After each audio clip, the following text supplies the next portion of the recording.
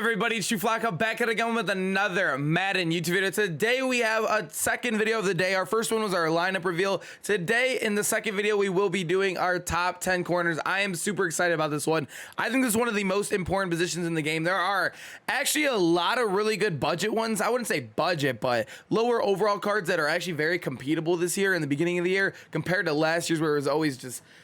I would say speed is still king, but it feels like there's a lot more that goes into it this year, if that makes sense. We'll get into all of that for every single card. If you guys enjoy top 10s, gameplays, anything to do with Madden 22 Ultimate Team, make sure to smash that like button, turn on those noties if you are new and subscribing, and let's get right into number 10.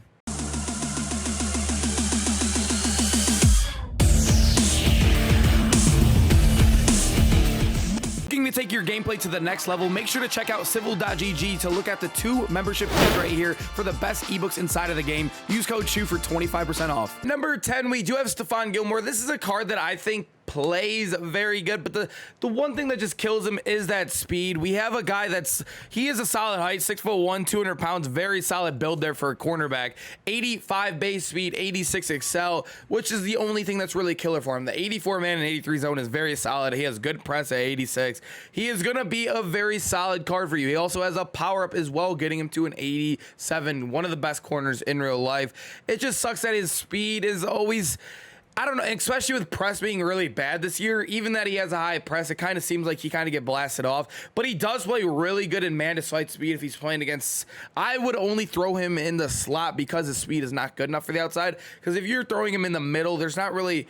I guess you can run a couple in routes or whatever streaks from the middle, but you're not going to really be doing that. So honestly, I would be playing Stephon Gilmore there. I think he can only play in a slot because that speed is too low, but I still do think he makes the top 10 because his stats all around really do help out his speed. Number 9, we do have Sean Murphy Bunting. His name can't even fit on his own card. 88 base speed, no power up yet. I don't think. Yeah, I don't know. I swear they added him, but then again, they didn't.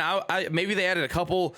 I have no clue. Somebody told me yesterday they did, and somebody told me they didn't, so I have to go check myself. It doesn't show on the website.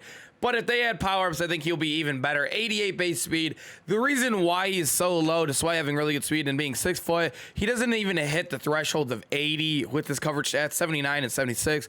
But his speed, I think he's good enough to play on the outside, just throw him. A lot of people actually have been playing him at safety, but I don't know. I think you could still play him outside because his speed is still very pretty. I was going to say very pretty good. Very high early on. 88 speed is kind of starting to get slow a little bit with like Brandon Marshall getting that before the power up. We're seeing Tyreek Hill, Jamar Chase. There's so many receivers out there, but he is still a really good budget option. If 40K isn't great. All right, somebody was transferring coins yesterday, 300K right there, but he's still a solid option. I think everybody should at least try to get him on their team. Number 8, we have the free option in J.C. Jackson, 87 overall before the power up, making him an 88. The reason why you guys might be asking why he's so low, despite having solid man, very good man, solid zone at 82, 87 speed, 88 after power up, even 90 excel. His height, if you guys have not noticed his game, height, it does matter. I promise you it does matter. He looks tiny out there. He looks very, very tiny out there. Doesn't even look like he's 5'10" out there. He's been costing me a lot lately. I've been thinking about moving on from him. It's been a really tough decision, but J.C. Jackson is still free. Anybody that's budget should definitely have him on his team. He's still a top 10 guy. He does make a couple plays here and there, but it does suck that... Obviously, you can't really change height, but it does suck that his height is really, really short with the free card. But, hey, we can't complain that he's free. Still a very good option to take at your cornerback position. Number 7, we do have Jair Alexander, 5'10", so another shorter guy. But this is the thing with Jair. Jair play, I don't know what it is, but Jair is just better. I wish I could tell you. I don't know what it is. It's just one of those things where you just got to play with him. He feels taller out there, feels bigger, even though they're like literally the same height, same weight.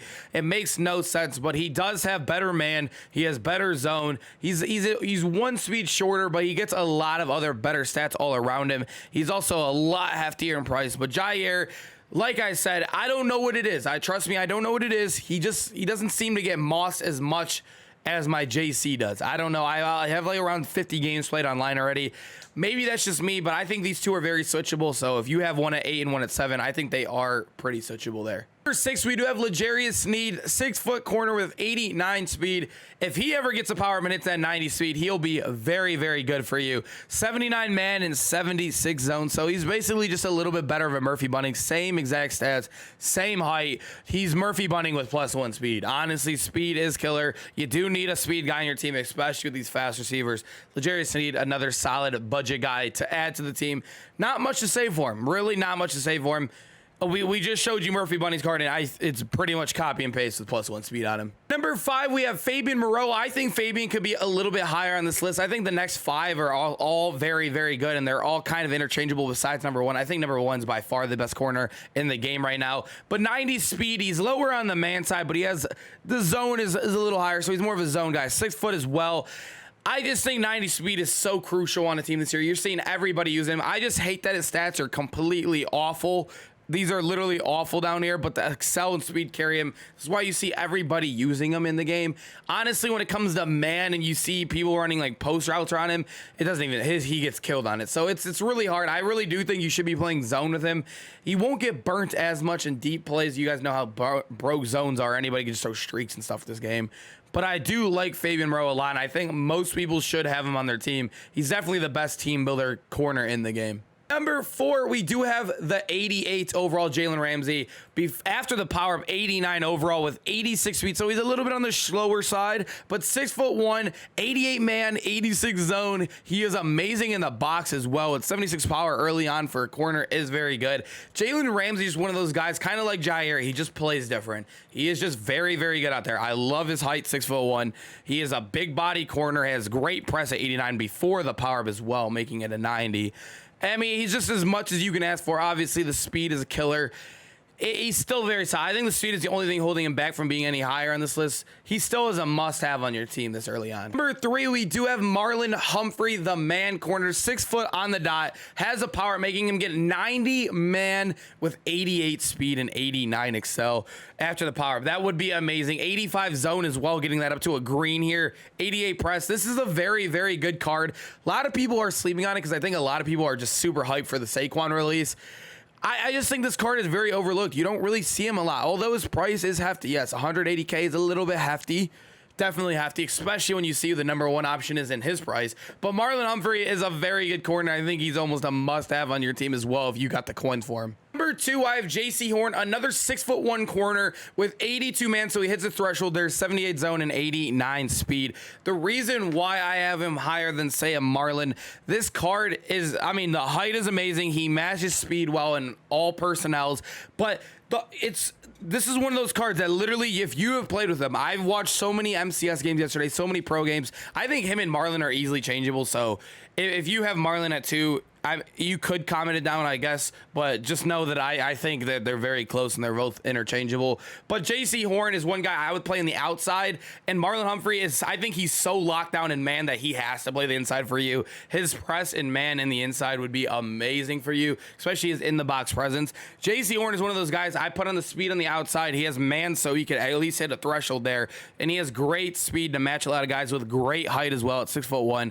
But like I said, those two are very interchangeable. I think this next guy at number 1 is by far the best corner in the game, and I think you guys all know who it is. Let's get right into him. The number 1 position, we do have the brand new Darrelle Revis. After power up, he hits 90 speed, 90 excel. He'll have an 89 man, 89 zone. He is 5'11", but he's just, his stats are just so amazing. I don't even care about that at all. He'll hit 90 press for you. If you guys want to check out the powered up version, I can show you guys real quick. If you guys ever want to check out what the power up stats look like, this is literally what it looked like. If you could see, these stats are insane early on.